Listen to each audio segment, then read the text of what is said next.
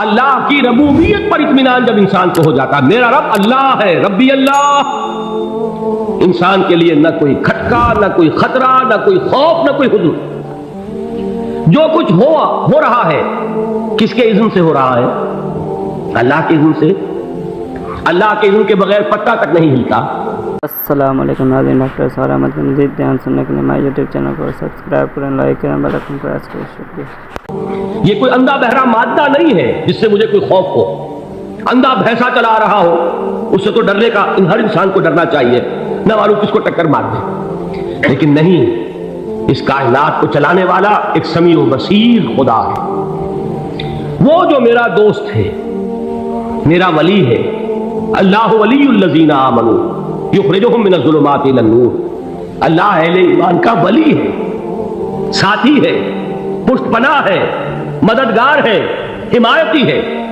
بتائیے جسے یقین ہو جائے کہ اللہ میرا مددگار، اللہ میرا محافظ، اللہ میرا پشت پناہ، اللہ میرا حمایتی، اس کے لیے کوئی خوف ہوگا؟ اسے کوئی ڈر ہوگا؟ میں مثال دیا کرتا ہوں ایک بہت سادہ، پنجاب کے دیہات کی۔ تو بڑا چودھری ہے اور کوئی غریب کسان ہے۔ اس غریب کسان کے جانوروں کو ہر وقت اندیشہ ہوگا چوری کا، کوئی میری بھینس کھول کر نہ لے جائے، کوئی میرا بیل کھول کر نہ لے جائے۔ لیکن جس کے بارے میں یہ سب کو معلوم ہو کہ وہ جو بڑا چودھری ہے وہ اس کا دوست ہے، اس کی بچیا کو کوئی خوف ہوگا؟ اس کی بھینس پر کوئی ہاتھ ڈالے گا؟ اسے کوئی اندیشہ ہوگا؟ نہیں۔ کیوں؟ کہ وہ بڑا چودھری، بڑا اس کا یہاں کا سردار، جاگیردار، سب کو معلوم ہے وہ میرا دوست ہے، کوئی میرے خلاف اقدام نہیں کر سکتا۔ اس دنیا میں یہ چھوٹی سی بات اگر آپ کے دلی اطمینان اور سکون کا باعث بن سکتی ہے تو ذرا تصور کیجئے۔ میں لفظ تصور استعمال کروں گا صرف اس لیے کہ اس کا ہم جس کو کہتے ہیں ادراک اور شعور کر نہیں سکتے، اگر کے ساتھ کر سکتے۔ اگر یقین ہو کہ اللہ میرا مددگار اور یقین ہو کہ اللہ ہر آن میرے ساتھ ہے، پھر کوئی خوف؟ کس کا خوف؟ کوئی شے اللہ سے بالا تر ہے؟ کوئی قوت اس سے زیادہ طاقتور ہے؟ کوئی اس کے ارادے کو بدلنے والا ہے؟ کوئی اس کی مشیت کے آڑے آنے والا ہے؟ یہی بات ہے جو حضور نے فرمائی۔ یہ ایمان کا حاصل ہے لب لباب، کہ دیکھو اچھی طرح اس بات کو ذہن نشین کر لو، اگر تمام انسان مل کر تمہیں کوئی نقصان پہنچانا چاہے نہیں پہنچا سکتے مگر جو کچھ اللہ نے لکھ دیا ہو، اور تمام انسان مل کر تمہیں کوئی نفع پہنچانا چاہے نہیں پہنچا سکتے مگر وہ شے جو اللہ نے طے کر دی۔ آپ پھر میں کہوں گا ذرا تاریخ کیجئے، اسے فرض کیجئے، اسے سوچئے۔ اگر اس حدیث پر ہمارا دل ٹھکا ہوا ہو تو کسی سے ڈر ہوگا؟ یہ مجھے نقصان نہ پہنچا دے، یہ میری رپورٹ خراب نہ کر دے، یہ میری انکریمنٹ نہ رکوا دے، یہ میرا یہ نہ بگاڑ دے، یہ میرے یہ نقصان نہ پہنچا دے۔ اس کا ڈر، اس کا ڈر، اس کا خوف، اس کی خوشامد، اس کے لیے جا کر طرح طرح سے اپنی عزت نفس کو ذلیل کروانا اس کے سامنے، یہ سب کچھ کیوں کرتا ہے انسان؟ جب سمجھتا ہے کہ اس کے ہاتھ میں میرا کوئی نفع ہے، اس کے ہاتھ میں میرے لیے کوئی ضرر ہے، یہ مجھے کوئی غضب پہنچا سکتا ہے، یہ مجھے کوئی نقصان پہنچا سکتا ہے، یہ میرا کوئی کام بنا سکتا ہے، یہ میری کوئی ضرورت پوری کر سکتا ہے، اسی کا نام شرک ہے۔ جہاں آپ نے یہ سمجھا کہ غیر اللہ کے اندر کوئی طاقت موجود ہے وہی شرک ہے۔ بتوں سے تجھ کو امیدیں، خدا سے نو امیدی، مجھے بتا تو صحیح اور کافری کیا ہے؟ شرک تو یہ ہے جس پر بھی تمہیں یہ خیال ہے کلمہ ہے، یہ کلمہ سوم، لا حول ولا قوت الا باللہ، ذرا اس پر دل کو کبھی اگر آپ تصور کریں، پھر فرض کریں، دل ٹھک جائے اس پر، کوئی طاقت نہیں۔ یہی بات تھی جو شیخ عبد القادر جیلانی رحمۃ اللہ علیہ نے اپنی وصیت میں اپنے بچے سے کہی۔ 11ویں دینے والے ہیں لیکن حضرت شیخ عبد القادر جیلانی کی وصیت اور تعلیمات کو کتنے لوگ جانتے ہیں؟ یہ جن مقامات تک پہنچے ہیں وہ کس چیز کی بدولت پہنچے؟ انہوں نے جو پیغام دیا وہ کیا تھا؟ اے میرے بچے، جس طریقے سے قرآن مجید میں حضرت لقمان کی نصیحتیں جو ہے نقل کر دی گئی ہیں، میں یہ عرض کروں گا بالفرض اگر قرآن حضرت عبد القادر جیلانی کے بعد نازل ہوا ہوتا تو شیخ عبد القادر کی یہ نصیحتیں بھی قرآن میں درج ہوتی۔ اتنی اونچی نصیحتیں ہیں۔ اے میرے بچے، اس حقیقت کو ذہن نشین کر لے، لا فاعل فی الحقیقت ولا مؤثر الا اللہ، اس کائنات میں نہ کوئی فاعل حقیقی ہے نہ مؤثر حقیقی ہے سوائے اللہ۔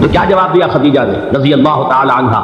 وہ صدیقۃ الکبریٰ ہے، صدیقات جو ہے خواتین ان میں چوٹی پر خدیجہ الکبریٰ ہے رضی اللہ تعالی عنہ، اور صدیق جو مرد ہیں ان میں صدیق اکبر ہے ابو بکر صدیق رضی اللہ تعالی عنہ، لیکن صدیقات میں چوٹی پر۔ جب حضور نے فرمایا خشیت علی نفسی، کیا فرمایا، کیا عرض کیا، کیسے تسلی دی؟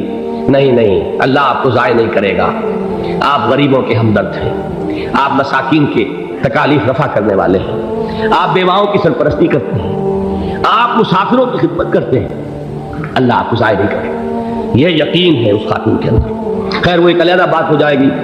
میرے دل پر حضرت خدیجہ رضی اللہ تعالیٰ عنہ کی شخصیت کا بڑا گہرا نقش ہے، جو وہ کوئی اور ہی وقت اور موقع ہوا تو بیان ہوگا۔ بہرحال اقبال نے ایک مصرے میں جو 4 اولیتیں جمع کر دی ہیں، ہمت او کشت امت را چو ابر، ثانی اسلام و غار و بدر و قبر۔ اسلام میں حضور کے بعد پہلے کون؟ ابو بکر۔ غار میں حضور کے ساتھ کون؟ ابو بکر۔ بدر کی رات اللہ کا رسول سرب سجود، وہ جھاڑ، وہ گھاس پھوس کی جو جھوپڑی بنائی گئی تھی، اور وہاں تلوار ننگی لے کر پہرا دینے والا کون؟ ابو بکر۔ اور اس حجرہ عائشہ میں محمد کے بعد سب سے پہلے دفن ہونے والا کون؟ ابو بکر رضی اللہ تعالی عنہ صلی اللہ علیہ وسلم۔ وہ جو معاملہ میں سنا رہا تھا غار ثور کا، حضرت ابو بکر بھی حضور کے خیال سے لرز گئے ہیں۔ آپ کو یاد ہوگا کہ جا کر پہلے تمام جتنے سوراخ تھے انہیں بند کیا ہے، ایک سوراخ رہ گیا تھا جس کو بند کرنے کے لیے کوئی کپڑا نہیں تھا، وہاں اپنی ایڑی رکھی ہے، تب کہا ہے حضور سے تشریف لائیے، اور اپنے زانو پر حضور کو لٹایا ہے، اور وہاں کسی موذی جانور نے کاٹا ہے، حضور کی آنکھ لگ گئی تھی، اس وقت اس بل کے اندر جو بھی بچھو ہے کیا ہے واللہ عالم، اس نے کاٹا ہے، اس کی تکلیف کی وجہ سے ابو بکر کی آنکھوں سے آنسو ٹپک گئے، حضور کے چہرے مبارک پر پڑے ہیں، تو حضور جاگے ہیں، معاملہ کیا ہے؟ ایڑی نہیں ہٹائی وہاں سے، مبادا وہ جانور وہاں سے نکل کر محمد الرسول اللہ کو کوئی گزن پہنچا دے، ابو بکر کی ایڑی ہے، جس طرح چاہے کھا لے، ختم کر دے، جان نکل جائے تب کوئی آنچ آئے محمد پر تو آئے، لیکن جیتے جی نہیں۔ وہ ہے ابو بکر۔ حضور کے خیال سے اس وقت حضور نے پھر اپنا لعاب دہن لگایا ہے، اور اس سے پھر آپ کی تکلیف ختم ہوئی ہے۔ جیسے خیبر میں حضرت علی کی آنکھ دکھ رہی تھی، اس کو جو شفا حاصل ہوئی ہے وہ بھی حضور کے لعاب دہن سے ہوئی۔ تو بہرحال اس وقت انہوں نے کہا ہے کہ اے نبی یا رسول اللہ، اگر اس وقت ان میں سے کسی نے غیر ارادی طور پر بھی اپنے قدموں کی طرف جھانک لیا تو پکڑے جائیں گے۔ کیا جواب تھا اللہ کے رسول کا؟ لا تحزن ان اللہ معنا، اللہ ہمارے ساتھ ہے، کیوں گھبراتے ہو ابو بکر؟ یہ ہے ایمان باللہ، میرا مالک اللہ، میرا رازق اللہ، میرا محافظ اللہ۔ یہ روایت بخاری میں بھی ہے، مسلم میں بھی ہے، ترمذی میں بھی ہے۔ ظاہر بات ہے بخاری مسلم میں ہے تو کسی اور کا ذکر کرنے کی ضرورت نہیں۔ حضرت ابن عباس رضی اللہ تعالی عنہ سے یہ منقول ہے، وہ فرماتے ہیں، حضرت ابن عباس رضی اللہ تعالی عنہما، اس لیے کہ حضرت عباس بھی صحابی ہیں اور ابن عباس بھی صحابی ہیں، وہ فرماتے ہیں کہ حضور صلی اللہ علیہ وسلم کچھ صحابہ کے ساتھ عکاظ کا میلہ جو ہوتا تھا، بازار لگتا تھا، وہاں تشریف لے جا رہے تھے۔ راستے میں وادی نخلہ پر آپ کا پڑا ہوا، رات آپ نے وہاں بسر کی، فجر کی نماز آپ پڑھا رہے تھے اپنے ساتھیوں کو، اور اس میں آپ نے قرآن مجید کی تلاوت کی، تو وہاں سے جنوں کا گزر ہوا، انہوں نے پورے اطمینان کے ساتھ وہاں قرآن سنا۔ ایک واقعہ تو یہ ہے، اور یہ جہاں تک تعلق ہے اس کے یعنی ثقہ ہونے کا اس روایت کا، تو ظاہر بات ہے کہ یہ صحیحین کی روایت ہے، اس کے بارے میں شک جو ہے وہ کی گنجائش نہیں ہے۔ دوسری روایت جس کو کہ زیادہ تفسیری روایات میں اور سیرت کی کتابوں میں زیادہ نقل کیا گیا ہے، وہ یہ ہے کہ حضور جب سن 10 نبوی میں طائف سے واپس آ رہے تھے، جب مکے میں فیصلہ ہو گیا تھا ابو طالب کے انتقال کے بعد کہ اب محمد کو قتل کر دیا جائے صلی اللہ علیہ وسلم، تو حضور طائف گئے تھے، اور طائف میں آپ نے وہاں کے 3 سرداروں سے ملاقاتیں کی۔ بہرحال وہاں سے تو جواب جو ہے کوئی ان کو آپ کو پازیٹیو یا مثبت جواب نہیں ملا، واپس آ رہے تھے، اور سخت ترین دن آپ پر وہ گزرا، وہ معلوم ہے آپ کو، شدید ترین مشقت اور مصیبت آپ جھیل کر واپس آ رہے تھے۔ تو واپسی پر اسی وادی نخلہ میں قیام ہوا۔ یہ وادی نخلہ طائف اور مکے کے تقریباً درمیان میں ایک وادی ہے۔ آج کل جو لوگ وہاں جاتے ہیں تو ان کے علم میں ہے کہ 2 راستے ہیں، طریق السیل ہے اور ایک طریق الجبل ہے۔ ایک پہاڑی راستہ بنا ہے اب جو نئی سڑک بنی ہے، اس میں بڑے ایچ پیچ ہیں، بہت سے اس کے اندر موڑ ہے، جیسے پہاڑ کا ہوتا ہے اچانک وہ چڑھائی چڑھتی ہے، تو پہاڑی سڑک ہے، جیسے مری آپ جا رہے ہیں ایسی سڑک ہے۔ اور حضور اسی راستے سے گئے تھے طائف جاتے، اس لیے کہ وہ دشوار گزار راستہ تھا، اور آپ کیونکہ خفیہ جا رہے تھے، آپ کو اندیشہ تھا کہ اہل مکہ کو اگر معلوم ہو گیا تو پیچھا بھی کریں گے اور شاید مدد پہنچائیں، لہذا حضور حضرت زید ابن حارثہ رضی اللہ تعالیٰ عنہ کے ساتھ تھے، صرف دو، اور کوئی ساتھ نہیں، اور وہ پہاڑی راستہ آپ نے اختیار کیا تھا جو نہایت دشوار تھا۔ وہ آج بھی آپ جائیں اس طریقے جبل سے تو اندازہ ہوگا کہ جب یہ سڑک نہیں تھی تو یہ راستہ کتنا دشوار۔ دوسرا راستہ طریق السیل کہلاتا ہے۔ وہ طریق السیل جو ہے وہ بہت ہی یوں سمجھیے کہ گریجولی وہ اس کی چڑھائی ہے یا اترائی ہے، مکے سے طائف کی طرف جائیں گے تو چڑھائی ہے، اور طائف سے مکے کی طرف آئیں گے تو اترائی ہے، اور یہ وہ راستہ ہے جہاں پتہ ہی نہیں چلتا کہ آپ نے کوئی چڑھائی چڑھی ہے، اس قدر وہ گریجول اس کی جو ہے وہ چڑھائی یا اترائی ہے کہ پتہ ہی نہیں چلتا۔ اس راستے میں وہ نخلا کا مقام آتا ہے، وہ وادی نخلا جس میں حضور کا قیام ہوا ہے۔ یہ دونوں حدیثیں اس پر متفق ہیں کہ جو طائف سے واپسی پر بھی اگر یہ واقعہ ہوا ہے کہ فجر کی نماز میں آپ نے قرآن پڑھا اور جنوں نے سنا تو بھی وہ نخلا کا مقام ہے، اور اگر وہ آپ اس سے پہلے کہیں خود تبلیغ کے لیے جا رہے تھے صحابہ کے ساتھ، اور اس میں عکاس کے میلے میں، اس لیے کہ اس کا تو ہمیں روایات سے ثبوت ملتا ہے کہ چونکہ ایک بڑا میلہ لگتا تھا وہاں پر، بازار جیسے ہاٹ ہوتے ہیں ایسٹ پاکستان میں اور مختلف پنجاب میں دیہات میں بھی بازار لگتے ہیں، اور پٹھانوں کے علاقے میں بھی اس طرح کا وہاں ایک میلہ لگتا تھا، بازار بھی میلہ بھی، اس میں کچھ وہ بھی ہوتے تھے، شعر و شاعری کے مقابلے بھی ہوتے تھے، اس میں فنون کے مقابلے بھی، اس میں کشتیاں بھی، اس میں خرید و فروخت بھی، اس میں دلچسپی کا سامان بھی۔ تو حضور وہاں تبلیغ کے لیے گئے ہیں، اس موقع پر بھی جا رہے تھے، تب بھی یہ واقعہ جو ہے یہ وادی نخلا میں۔ اس میں اب دو روایات ملتی ہیں، سوالات اب یہ پیدا ہوتے ہیں کہ آیا یہ جو سورہ جن میں واقعہ بیان ہوا، سورہ احقاف میں بیان ہوا، آیا یہ دو واقعے ہیں یا ایک ہے؟ بعض حضرات کی رائے یہ کہ ایک ہی واقعہ ہے جو دو جگہ بیان ہوا، بعض حضرات کی رائے کہ نہیں، یہ دو واقعے بالکل علیحدہ ہیں۔ میری رائے جو ہے، جتنا بھی میں نے غور کیا ہے سمجھا ہے، اس دوسری رائے کے ساتھ ہے یہ دو علیحدہ علیحدہ واقعے ہیں۔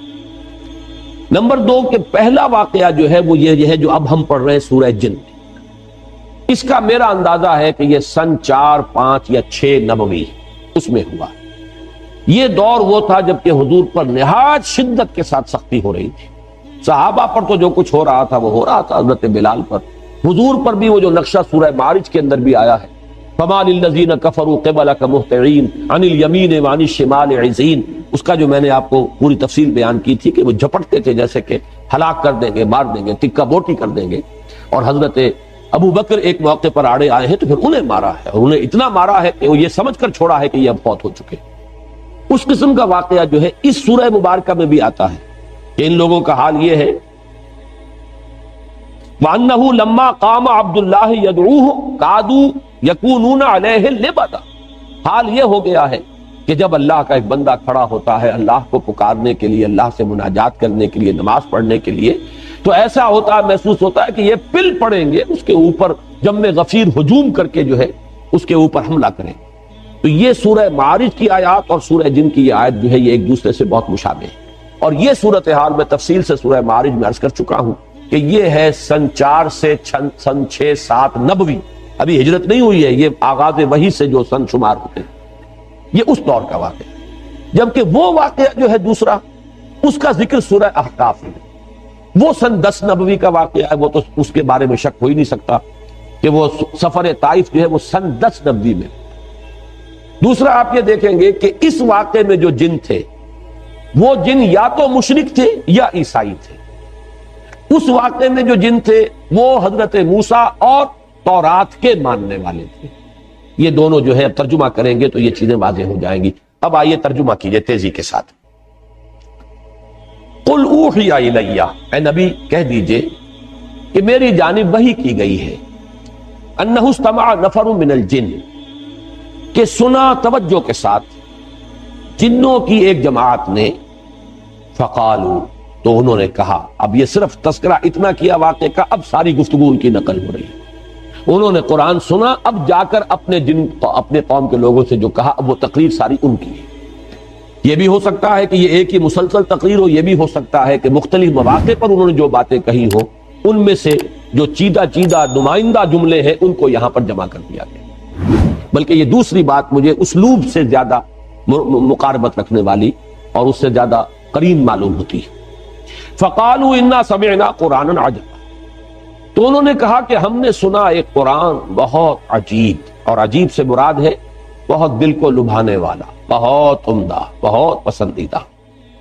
یہدی الی الرشد، وہ رہنمائی کرتا ہے اس شے کی طرف کہ جو کامیابی اور فوز اور فلاح کی طرف لے جانے والی ہے. فآمنا بہ، تو ہم تو اس پر ایمان لے آئے، ہم نے اس کی تصدیق کی. ولن نشرک بربنا احدا، اور ہم ہرگز اب شریک نہیں کریں گے اپنے رب کے ساتھ کسی بھی شے کو، کسی بھی ہستی کو. معلوم ہوا کہ یہ مشرک تھے پہلے، اور مشرک دو ہی طرح کے تھے، یا مشرک وہ یا مشرکین وہ عیسائی تھے جنہوں نے حضرت مسیح کو خدا کا بیٹا بنایا. یہ بھی آگے آ جائے گا. اس کی شرح کر رہے ہیں کہ اب ہم شرک نہیں کریں گے، ہم تائب ہو گئے ہیں. وَأَنَّهُ تَعَالَى جَدُّ رَبِّنَا، اور ہمیں تو یہ بات معلوم ہوئی، ہم پر یہ حقیقت منکشف ہو گئی کہ ہمارے رب کی شان تو بہت بلند ہے، بہت اعلیٰ ہے، بہت عرفہ ہے. مَتَّخَذَ صَاحِبَةً وَلَا وَلَدًا، اس نے نہ کسی کو اپنی جورو بنایا نہ کسی کو بیٹا بنایا. وَأَنَّهُ كَانَ يَقُولُ سَفِيهُنَا عَلَى اللَّهِ شَطَطًا، اور ہمارا بے وقوف یا ہمارے بے وقوف جو کچھ اللہ کی طرف منسوب کر رہے تھے وہ تو بڑی غلط بات تھی، بڑی گستاخی کی بات تھی، بڑی ہی گمراہ کن باتیں تھیں جو وہ کہہ رہے تھے.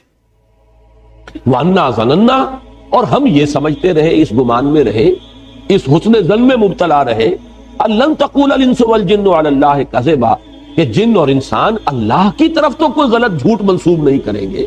ایسی کون ایسا شامت کا مارا ہوگا جو اللہ تعالیٰ کی طرف غلط بات منسوب کرے. لیکن ہمیں معلوم ہوا کہ ہمارے یہ لوگ، ہمارے یہ لیڈر کہہ لیں جو بھی کہیں، ہمیں بہت غلط پٹیاں پڑھاتے رہے. ہم اس گمان میں رہے، انا ظننا لن تقول الانس والجن علی اللہ کذبا، اللہ کی طرف غلط بات جانا. وانه كان رجال من الانس يعوذون برجال من الجن، اور یہ کہ انسانوں کے بہت سے مرد پناہ طلب کیا کرتے تھے جنوں میں سے بہت سے مردوں کی، جنوں میں سے بہت سے افراد کی. تو اس سے ان کی سرکشی میں اور اضافہ ہو گیا. یہ میں بعد میں تفصیل سے عرض کروں گا، بلکہ یہاں تھوڑی سی وضاحت ہو ہی جائے کیونکہ جنات کے بارے میں بیان کر چکا ہوں. عرب میں ایک رواج یہ تھا کہ وہ یہ سمجھتے تھے کہ ہر وادی کا ایک جن ہوتا ہے جو اس کا مالک ہوتا ہے، رب ہوتا ہے. رب کے اصل معنی مالک کے ہیں. لہذا جب بھی کبھی ان کا قافلہ کہیں رات کو قیام کرتا تھا کسی وادی میں، تو پکار کر کہتے تھے کہ ہم اس وادی کے رب یا اس وادی کے جن کی پناہ میں آتے ہیں، ہم اس کی پناہ طلب کریں. یہ ان کا عقیدہ تھا کہ پھر کوئی شے گدن نہیں پہنچاتی. اور اس اعتبار سے کہا جا رہا ہے کہ یہ انسان جو ہے اشرف المخلوقات ہو کر، مسجود ملائک ہو کر، یہ جنوں کی پناہ طلب کیا کرتے تھے. اس سے ان کی سرکشی میں اور گمراہی میں اور اضافہ ہو گیا. وَأَنَّهُمْ ظَنُّوا كَمَا ظَنَنْتُمْ، اور انہوں نے بھی یہی گمان کیا تھا جیسے کہ تم نے گمان کیا ہے. أَن لَن يَبْعَثَ اللَّهُ أَحَدًا، کہ اللہ کسی کو نہیں اٹھائے گا. اس کے دو معنی ہیں، وہ بعد میں تفصیل سے عرض کر دوں گا. یعنی بعث بعد الموت، کوئی موت اور کوئی بعث بعد الموت نہیں ہے، موت کے بعد جی اٹھنا نہیں ہے. یا نہیں بھیجے گا، نہیں اٹھائے گا اللہ کسی نبی یا رسول کو. أَن لَن يَبْعَثَ اللَّهُ أَحَدًا وَأَنَّا لَمَسْنَا السَّمَاءَ فَوَجَدْنَاهَا مُلِئَتْ حَرَسًا شَدِيدًا وَشُهُبًا، اور ہم نے آسمان کو ٹٹولا تھا. یہ وہی جو خبریں لینے کے لیے جایا کرتے تھے، تو ہم نے آسمان کو ٹٹولا تھا، سانگل لینے کی کوشش کی تھی. تو ہم نے پایا تھا اسے کہ اسے بھر دیا گیا. ملیت، ملیان کہتے ہیں کوئی شے جو بالکل بھری ہوئی ہو.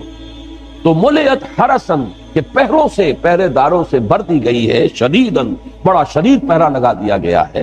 وشہبا، اور یہ جو شہاب ثاقب ہے ان کا بڑا سٹاک جمع کر لیا گیا. میزائل کھڑے ہوئے وہاں پہ کہ اب اگر کوئی جائے گا تو پھر اس کا پیچھا جو ہے وہ میزائل کرے گا، وہ شہاب ثاقب.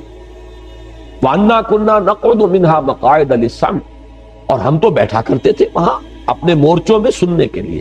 مقعد کہتے ہیں بیٹھنے کی جگہ. یہ سورہ آل عمران میں یہ لفظ آیا ہے، اِسْتُبَوِّئُ الْمُؤْمِنِينَ مَقَاعِدَ لِلْقِتَالِ. اے نبی وَإِذْ غَدَوْتَ مِنْ أَهْلِكَ، جب آپ اپنے گھر سے نکلے تھے صبح کے وقت، اہل ایمان کو مورچوں میں بٹھا رہے تھے، مورچہ بند کر رہے تھے. تو ان کی بھی کوئی جگہ ایسی تھی جہاں یہ طاق میں بیٹھتے تھے، اور وہ وہاں پر بیٹھ کر پھر وہ ملائکہ کی باتیں سنتے تھے. اور اس سے جو چیزیں ملتی تھی آ کر وہ ان اپنے جو ان کے کلائنٹس تھے یہاں انسانوں میں سے جو کاہن وغیرہ، ان کے وہ کانوں میں پھونکے مارتے تھے. اس سے ان کا دھندا چلتا تھا.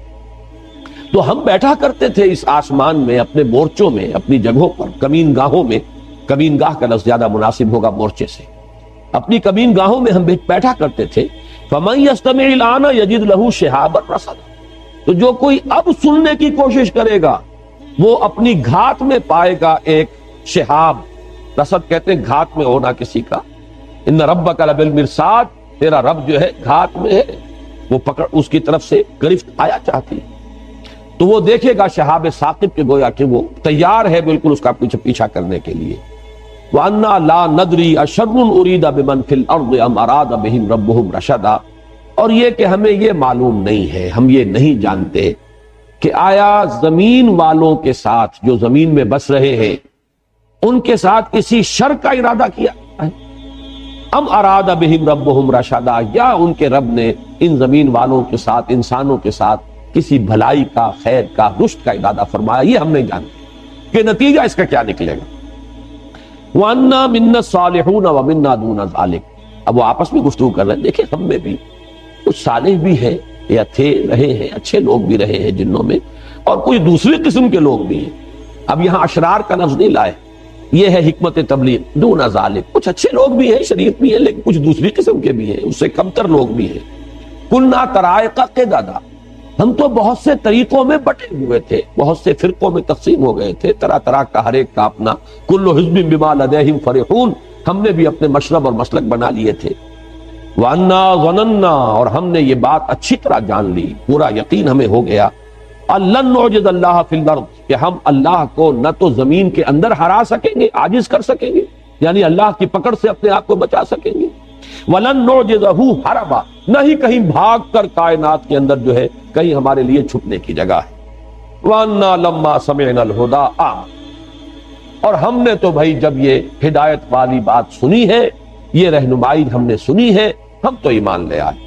فَمَن يُؤْمِن بِرَبِّهِ فَلَا يَخَافُ بَخْسًا وَلَا رَهَقًا، تو جو کوئی بھی اپنے رب پر ایمان لائے گا اسے کوئی خوف نہیں ہوگا، کوئی اندیشہ نہیں اسے کرنا چاہیے، نہ اس کا کہ اس پہ کوئی کمی کی جائے گی اور نہ اس کا کہ اس پر کوئی زیادتی کی جائے گی۔ لا يخاف بخسا ولا رهقا وَأَنَّا مِنَّا الْمُسْلِمُونَ وَمِنَّا الْقَاسِطُونَ، اب ذرا بات کو کھولا ہے، اور دیکھو ہم میں سے مسلم بھی ہیں، فرما بردار بھی ہیں، اور قاسطون بھی ہیں، نا انصاف بھی ہیں، زیادتیاں کرنے والے بھی ہیں۔ فَمَنْ أَسْلَمَ، تو جو اسلام لایا، جس نے کہ اطاعت قبول کی، فَأُولَٰئِكَ تَحَرَّوْا رَشَدًا، تو انہوں نے تو رشد اور ہدایت اور کامیابی اور سعادت جو ہے اس کو حاصل کر لیا، اندازہ کر کے اس کا پتہ چلا لیا۔ فَأَمَّا الْقَاسِطُونَ فَكَانُوا لِجَهَنَّمَ حَطَبًا، اور یہ بھی جان لو کہ جو ظالم ہیں، ظلم کرنے والے ہیں، زیادتی کرنے والے ہیں، تو وہ تو پھر جہنم کا ایندھن بن گئے۔ یہ ہے وہ 15 آیات، یہ ہے ان کا کلام کہ جو انہوں نے اپنی قوم سے کیا ہے۔ اب ذرا آ جائیے، میں چاہتا ہوں کہ وہ بہت مختصر ہے دوسرا مقام جو ہے سورہ احقاف کا، اس میں صرف 4 آیتیں ہیں۔